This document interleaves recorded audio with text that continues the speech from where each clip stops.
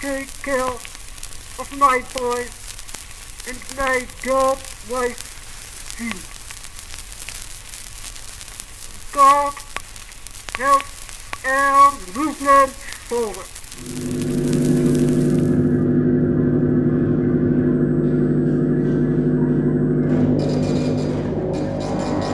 Dans ma pratique artistique, je m'intéresse beaucoup à tout ce qui est imperceptible à échelle humaine, l'invisible, l'inaudible, etc. Des phénomènes qui sont là, autour de nous, mais qu'on ne peut pas percevoir avec nos sens, parce qu'ils sont limités. Et j'essaie en fait de créer des machines, des sortes de machines autonomes pour révéler ces phénomènes-là.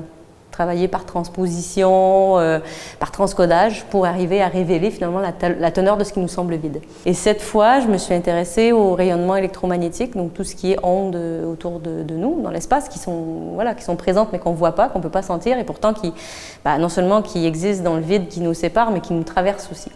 En fait, c'est une intelligence artificielle qui a été entraînée à écouter le son de ces ondes, que nous, normalement, on ne peut pas entendre, et à essayer d'y trouver du sens.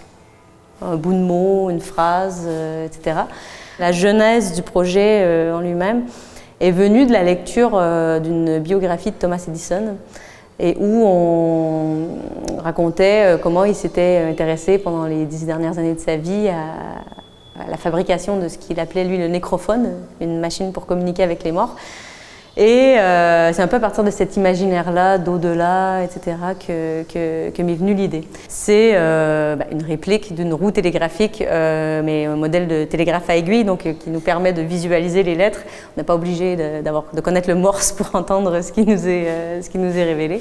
Et c'est vraiment pour essayer de focusser l'attention comme ça. En fait, ça rappelle un peu aussi le Ouija, enfin, tu vois, les choses qui se pointent lettre par lettre comme ça. Donc, il y a vraiment ce lien assez fort avec la question des fantômes et de ce qui nous hante. Je ne pense pas que la machine puisse réellement parler avec les fantômes, mais j'aime bien l'idée que les spectateurs viennent, se posent dans l'installation et que quelque part, ça les mette face à leurs propres fantômes, face à ce qu'ils aimeraient bien pouvoir voir surgir de cet invisible, quoi.